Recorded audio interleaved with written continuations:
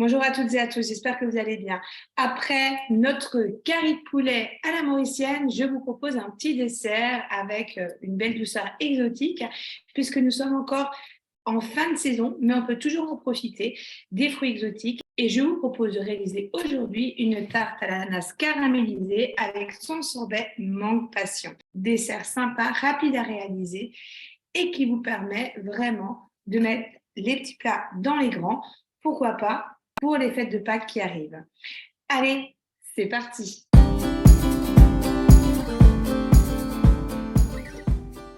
On va démarrer par réaliser la pâte brisée. Alors, on va prendre la pâte brisée basique que vous trouverez sur Cookidoo. Maintenant, vous voulez faire une grande quantité, vous pourrez très bien prendre la recette XL. Je vais commencer par mettre dans mon bol 150 g de farine, 75 g de beurre. Au niveau sel, au lieu de la demi-cuillère à café, on va mettre une petite pincée, rester soft. Après, c'est toujours pareil, c'est une histoire de goût. Et pour terminer, j'y rajoute 50 g d'eau. Utilisez justement votre gobelet doseur lorsque vous devez peser des petites quantités. L'avantage, c'est qu'il est muni de son bec verseur et ça va nous permettre d'y aller doucement pour éviter d'en mettre trop d'un coup. Je positionne le couvercle et le gobelet et on est parti pour 20 secondes à la vitesse 4. Ma pâte est prête, je retourne mon bol et je vais donc la mettre sur le plan de travail que j'aurais préalablement fariné. Pour m'aider justement à la sortir, je fais des mouvements de gauche à droite de mes couteaux. Je mets ma pâte en boule et je la réserve sur le plan de travail. Et là, je vais poursuivre ma recette. Pas la peine de rincer votre bol si vous avez le TM6. Je vous invite à chercher sur Cookidoo la recette faire sauter 400 g d'ananas. Nous allons caraméliser notre ananas grâce à la haute température. Si vous n'avez pas justement le TM6, l'étape ici, vous pourrez la réaliser dans une poêle avec les mêmes quantités de sucre et de beurre et d'ananas. Dans mon bol, j'ajoute 30 g de beurre. Alors, dans la recette, on vous parle de beurre clarifié. Qu'est-ce que c'est? C'est un beurre que l'on va chauffer et qui va justement libérer une écume que l'on va filtrer. Cette écume, c'est celle qui va brûler dans votre poêle lorsque vous allez justement dorer des viandes, des poissons. Donc, du coup, là, on va pouvoir augmenter le point de fusion de votre beurre pour faire des beurres noisettes ou cuire vos viandes et vos poissons donc à la poêle. Pour cette recette, ce n'est pas nécessaire de prendre du beurre clarifié, prenez du beurre doux, ça ira très bien. Donc 30 g de beurre et là, je vais rajouter entre 400 et 500 g d'ananas que j'ai coupé en cubes. Vous pouvez en mettre plus, mais la caramélisation ne sera pas pareille. Donc, je vous invite vraiment à mettre maximum 500 g. Je trouve que ce sera plus sympa par rapport au rendu final. J'y rajoute 30 g de sucre et j'ai une préférence quand je veux caraméliser des fruits. À la place du sucre blanc, je prends de la cassonade. Le seul sucre que je déconseille lorsqu'on caramélise des fruits comme ça ou que l'on fait un caramel, c'est de ne pas prendre du sucre complet ou du sucre muscovado parce que c'est quand même assez fort et ça risque de passer au-dessus du goût du fruit, ce qui serait bien dommage. Donc 30 g de sucre en cassonade ou sucre blanc, selon votre choix. Et dans la recette, je vais rajouter quelques petits produits. Je trouve pour finaliser, vous me connaissez, j'aime bien personnaliser. Et là, je vous propose d'appuyer sur les 3 petits points pour activer la balance. On va y rajouter 20 g de rhum. Alors le rhum, bien sûr, facultatif, c'est à vous de choisir. Je trouve que ça reste très subtil, mais ça donne vraiment un petit plus à votre recette. Et pour terminer, une gousse de vanille que je vais fendre dans la longueur et je vais gratter les grains pour pouvoir les rajouter à mon ananas. Vous pouvez bien évidemment réaliser cette recette, la même avec les pommes. Là, vous mettrez de la cannelle ou des épices à pain d'épices. Il y a plein d'utilités et ça peut agrémenter vos desserts, mais pas que. Un exemple, par exemple, ici, c'est de le servir froid en petit dé sur une cuillère de présentation avec une tranche fine. Alors, on peut mettre du magret de canard, mais aussi de foie gras, des petites idées pour vos fêtes à venir. Vous n'avez pas de gousse de vanille, c'est pas grave. Privilégiez alors du sucre vanillé, ça peut aussi faire l'affaire.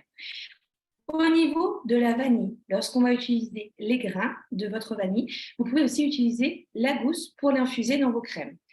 Une fois qu'elle a infusé, Rincez-la, laissez-la sécher et mettez-la dans votre sucre pour le parfumer.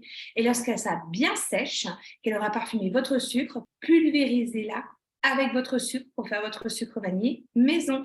Donc, pensez-y, rentabilisez la gousse de vanille, elle n'est pas donnée au supermarché. Donc, pensez justement à l'utiliser jusqu'au bout. Donc, ça va parfumer et vous pouvez faire donc 3 à 4 utilisations avec votre gousse. Je positionne le couvercle sans le gobelet doseur. Et là, je vais rajouter pour le TM6 mon couvercle anti-éclaboussure, donc qui est prévu pour la haute température. Je le positionne par-dessus mon couvercle et on est parti ici pour caraméliser le tout pendant 12 minutes en haute température dans votre Thermomix sur la vitesse haute température. Donc, du coup, dans votre poêle, vous allez faire la même chose. Pensez à vraiment mélanger votre ananas et surveiller la caramélisation. Une fois qu'il est bien doré, vous le mettez de côté. L'objectif, c'est d'avoir un côté confit. Il va encore cuire au four tout à l'heure. Donc, on a une petite coloration un peu plus foncée que l'ananas à la base. Au niveau de la haute température, vous en ai déjà parlé. Pensez à cette fonction pour tout ce qui est dorer vos viandes, rissoler vos légumes, caraméliser vos fruits ou les sauces caramel. Il y a de quoi faire. Comment avoir des idées? Eh bien, sur Cookidoo, vous allez dans vos filtres, vous sélectionnez TM6 uniquement. Cela vous permettra de mettre en avant justement les fonctions que l'on trouve que sur le TM6. Et vous pouvez aussi taper dans la petite cellule de recherche haute température. Comme ça, on vous proposera toutes les recettes que vous pourrez réaliser en haute température dans votre Thermomix. Eh bien, je vais étaler ma pâte. Et aujourd'hui, je vous propose de faire des petites tartes individuelles. À vous de choisir, soit une grande ou 5 disques. Pendant que mon ananas caramélise, j'ai étalé ma pâte. J'ai pris justement ce que j'avais comme empreinte. On est là sur une empreinte de 14 à 15 cm de diamètre. Avec la pâte brisée réalisée, j'ai coupé 6 disques. Je les réserve donc le temps que mon ananas caramélise et je vous invite à préchauffer votre four à 210 degrés. Et voilà le résultat. Mon ananas est bien coloré, caramélisé et je vais en mettre au centre de chacun de mes disques. Je dépose ici mon ananas. Donc on essaye d'avoir toujours pareil. On le partage sur chacun des disques et c'est bien un rebord. Je ne sais pas vous, mais pas pour moi, ça sent très bon. Et là, je vais joliment rabattre les bords en me rapprochant de l'ananas. L'objectif, c'est de faire un petit café gourmand avec une petite boule de glace, pourquoi pas. Donc là, on est sur la tarte à l'ananas. Comme je vous l'ai dit, on a aussi la possibilité de prendre d'autres fruits. Parfois, en fonction du fruit, de la texture, on va réduire la cuisson en haute température pour éviter que ça soit trop compoté. Mes rebords sont rabattus sur chacune de mes tartes. Dans mon bol qui est encore bien chaud, je vais rajouter un petit bout de beurre. On est à peu près sur 10-15 grammes de beurre que je vais donc un petit peu faire tourner avec les couteaux et qui va fondre pour pouvoir dorer au pinceau les rebords de ma pâte. Je positionne mon couvercle et là, je vais tourner à vitesse 2,5, le temps que mon beurre, avec la chaleur de mon bol, puisse un petit peu fondre et je prépare mon pinceau. Je vais maintenant donc passer mon pinceau avec le beurre fondu sur les rebords de ma pâte. Alors, si vous voulez faire une plus grande tarte, là, elles sont un peu petites, je dois l'avouer. Bon, après, c'est pour faire un café gourmand, donc je trouve que c'est quand même pas mal. Vous pouvez également faire des plus grands disques, en faire que 4 et avoir justement une plus grande tarte. Et sinon, vous le faites avec donc le diamètre de 24 cm et vous faites une grande tarte et vous pourrez couper des parts. À vous de choisir. Maintenant que mon beurre est passé sur les rebords, je vais mettre encore un petit peu de cassonade pour caraméliser et donc donner du croquant à mes rebords. Voilà, mes tartes sont prêtes à être enfournées. Une autre idée à la place du sucre, vous pouvez aussi rajouter du sucre de coco ou quand vous caramélisez votre ananas, à la place du beurre, vous mettez de l'huile de coco. C'est très sympa et ça donnera un petit plus. Vous pouvez, à la place de la cassonade sur votre pâte, y mettre aussi de la noix de coco râpée si vous êtes fan de coco. Donc, on est parti pour 15 à 20 minutes de cuisson à 210 degrés. Pendant que notre tarte à l'ananas caramélisé cuit tranquillement au four, je vous propose de réaliser notre sorbet mangue passion. Alors, on va commencer par chercher notre recette sorbet aux fruits. Ça reste vraiment la base. Peut-être que vous avez certainement déjà réalisé des sorbets à tous les fruits. Je reste dans l'exotisme, donc je vous propose de la mangue avec justement des petites billes de passion. Donc là, ce qu'on va faire, on va donc commencer et là, on va jauger, gérer le sucre. Ça, c'est l'avantage de faire nos sorbets maison et surtout de pouvoir en saison, justement, les acheter à prix réduit, les congeler en morceaux, donc à plat pour éviter que ça fasse un amalgame et du coup, les ressortir pour faire vos vacherins glacés. On va être sur la période des fêtes de Pâques, mais également de tout ce qui est communion, baptême, mariage. Et aussi à Noël, j'adore chaque fois réaliser ma bûche glacée fraise rhubarbe avec un prix défiant toute concurrence. Donc là, on va lancer le sorbet en prenant la base sorbet aux fruits et je vais mettre, franchement, on va limiter 40 grammes de sucre pour environ 600 grammes de fruits. Je trouve que ça suffit amplement. Si vos fruits sont déjà naturellement sucrés, c'est même pas la peine de mettre du sucre. Vous pouvez, à l'instar du sucre, mettre de la stevia, du sirop d'agave, si vous voulez apporter une touche sucrée et que vous préférez justement travailler avec ce type de produit, c'est bien évidemment possible. Je positionne mon couvercle et mon gobelet et là, on va mixer notre sucre pendant 10 secondes à la vitesse 10. Nous venons de réaliser notre sucre glace. C'est aussi l'avantage avec votre Thermomix de pouvoir faire votre sucre maison, sucre glace, mais également sucre vanillé, j'en parlais tout à l'heure, et à un prix défiant toute concurrence parce que le sucre glace que vous achetez dans le commerce, il contient de l'acide ou de l'amidon qui peut donner un mauvais goût à votre sorbet ou à votre dessert. Donc, réalisez votre sucre glace maison et vous n'avez que la quantité dont vous avez besoin. Et je rajoute ici, on dit 500 grammes, mais on peut aller jusqu'à 600, 650 grammes de fruits que l'on a préalablement congelés et coupés en morceaux. Là, je suis sur des fruits que j'achète déjà surgelés. Donc, ici, voilà, j'avais plus de mangue au congélateur, donc je l'ai acheté déjà surgelé, mais à vous de choisir et de varier justement les plaisirs en fonction de vos préférences et aussi des ingrédients de saison. Là, on est encore un peu dans les prix exotiques, mais on va bientôt arriver dans la saison de la fraise. On a hâte, bien évidemment, et un petit sorbet fraise, vous faites des cafés gourmands autour du fruit. On peut faire de très belles choses. Donc, un petit fraisier, ici, un sorbet à la fraise. On peut également, il y a des mousses de fraises, il y a les coulis, il y a de quoi faire. Et la fraise se marie très bien aussi avec la rhubarbe. Donc, il y a de quoi faire avec les fruits qui arrivent.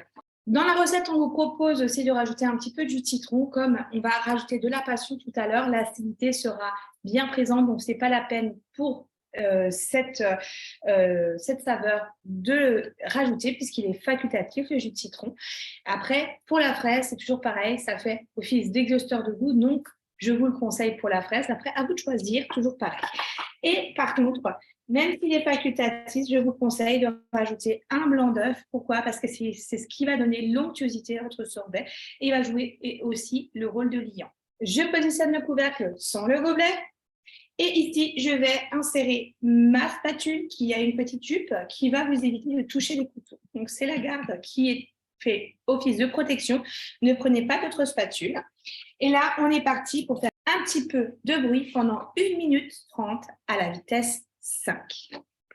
En fonction du fruit que vous utilisez, la minute 30 peut être plus ou moins courte ou longue.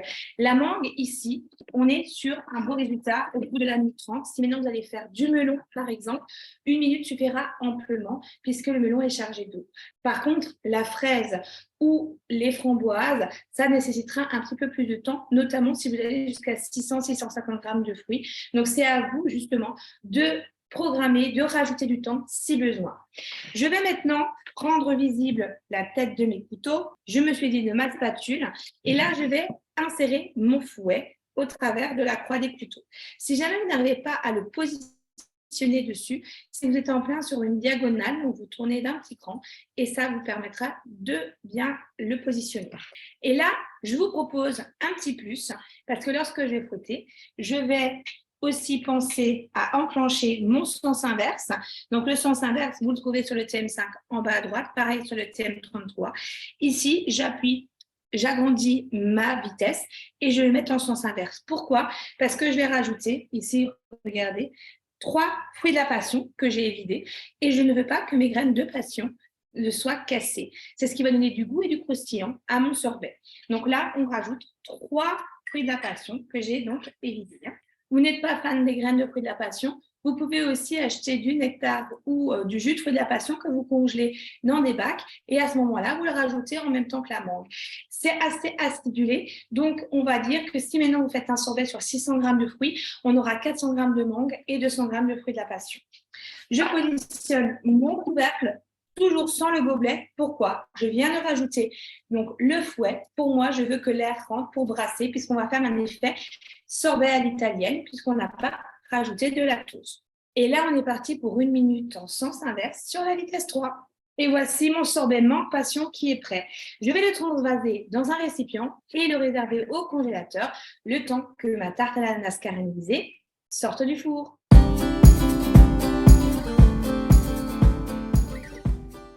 Et voilà, ma petite tarte à l'ananas caramélisée avec mon café gourmand et mon petit sorbet à la mangue que j'ai accompagné d'un petit peu de chantilly. Idée pour vous permettre de faire des cafés gourmands, un petit dessert autour du même fruit. Alors l'ananas, là on est sur des fruits exotiques, bien sûr variés en fonction des saisons. Prenez la pomme. Vous pouvez aussi partir sur la même base de l'ananas sauté dans votre TM6 et mettre d'autres fruits et veiller à gérer le temps justement du rissolage pour éviter que votre fruit compote. On sera dans la pêche, dans l'abricot. Mettez aussi par exemple du romarin ou des fleurs de lavande pour parfumer vos fruits que vous allez mixer donc, dans votre sucre avant de rajouter les fruits et réduisez le temps. Plein d'idées à tester. À vous de partager justement vos réalisations en commentaire. Et il me reste plus qu'à vous souhaiter un bon dimanche encore et je vous dis à bientôt. Au revoir.